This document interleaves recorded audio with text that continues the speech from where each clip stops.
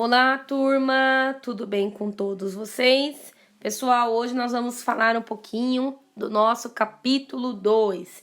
Então, essa apostila do módulo 12, ela aborda aí a cinética química, né? Os fatores que acabam influenciando no processo da rapidez da reação. E nesse capítulo 2 nós vamos falar ainda sobre os meios, né? De sistemas que são capazes de realizar essa rapidez através de uma reação, através de uma transformação química. Então, automaticamente, existem algumas formas, né? Algumas superfícies de contato, temperatura, alguns catalisadores naturais que são importantes e que acabam tendo um processo, né, de aceleração dentro de uma reação química. Então, a apostila trouxe aqui, gente, os processos da alimentação, né, os processos, né, que ocorrem de forma natural, ou também alguns processos que acabam sendo realizados, né, através de um processo geral, como por exemplo, o leite mantido sob refrigeração é conservado por mais tempo. E quem mastigar bem os alimentos facilita a digestão. Então, existem inúmeros fatores que acabam, né, fazendo com que haja aí um aumento desta transformação, dessa reação. Então, automaticamente, se eu tenho um leite, né, que está numa temperatura ambiente, automaticamente esse leite ele vai estragar muito mais rápido. Agora, se eu coloco o leite, por exemplo, dentro de um processo de refrigeração, numa temperatura um pouquinho mais amena, né, menor, automaticamente eu vou ter aí uma preservação dessa reação. E contudo, gente, nós temos aí alguns processos que têm um grau muito grande dentro dessa reação, desse meio, que são algumas teorias de colisão. Então, a colisão, gente, ela faz com que haja, né, um movimento sobre a reação química, né? Esse movimento é chamado de cinética. Essa teoria de colisão, ela faz com que todos os elementos que estão ali em contato, independente dos reagentes ou dos produtos, faça a movimentação, né, 100% para que haja a capacidade dela gerar esse movimento, né, formando aí os produtos. Então, automaticamente, nós temos aqui a colisão efetiva, aonde eu tenho o sistema A2 e eu tenho o B2. O A2 ele é o cinzinha, tá, gente? E o B2 ele é o lilás. A gente consegue perceber que existe aqui a interação. Então, quando existe uma interação boa, né, a colisão ela foi 100%, automaticamente o meu resultado vai ser o quê? É a interação entre elas. Então, automaticamente a A se mistura com o B e o B automaticamente se mistura com a A. Quando a minha colisão ela não é 100%, após essa colisão, elas voltam da mesma forma em que elas foram. Então, a mesma coisa que estava no reagente continua no produto. Então, a colisão ela pode ser 100% ou não. E essa colisão é possível calcular esse movimento, essa energia, através dessa seguinte fórmula, né? A energia cinética é aquela energia que gera o movimento, é igual ao movimento, né? 100%, o movimento resultante, que vai determinar a minha massa molecular vezes a velocidade ao quadrado dividido por 2. Então, essa fórmula eu consigo calcular essa teoria, essa colisão que ocorreu dentro desse movimento e eu consigo determinar qual foi aí essa velocidade, né? Dependendo dos dados que são distribuídos dentro da composição efetiva.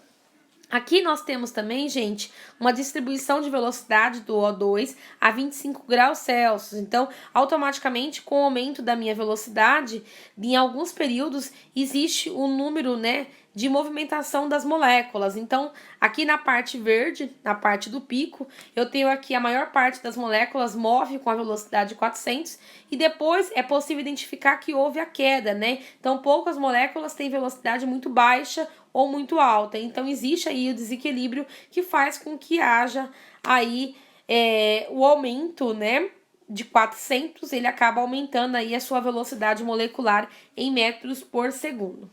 Automaticamente, gente, esse processo de aumento da velocidade, ele tem lá um processo aonde é necessário, né, a caracterizar que são os estados físicos da matéria, que priorizando, né, eu tenho lá o líquido, o sólido, o gasoso, mas existem algumas colisões que faz com que do estado líquido ou sólido ele já vai para o gasoso.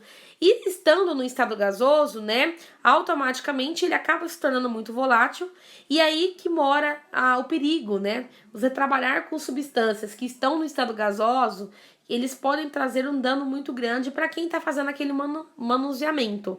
Então existem aí alguns produtos que estão no estado gasoso que pode fazer com que haja aí, gente, alguns fatores prejudiciais para quem está ali ao redor ou quem está fazendo assim o seu processo de manuseio.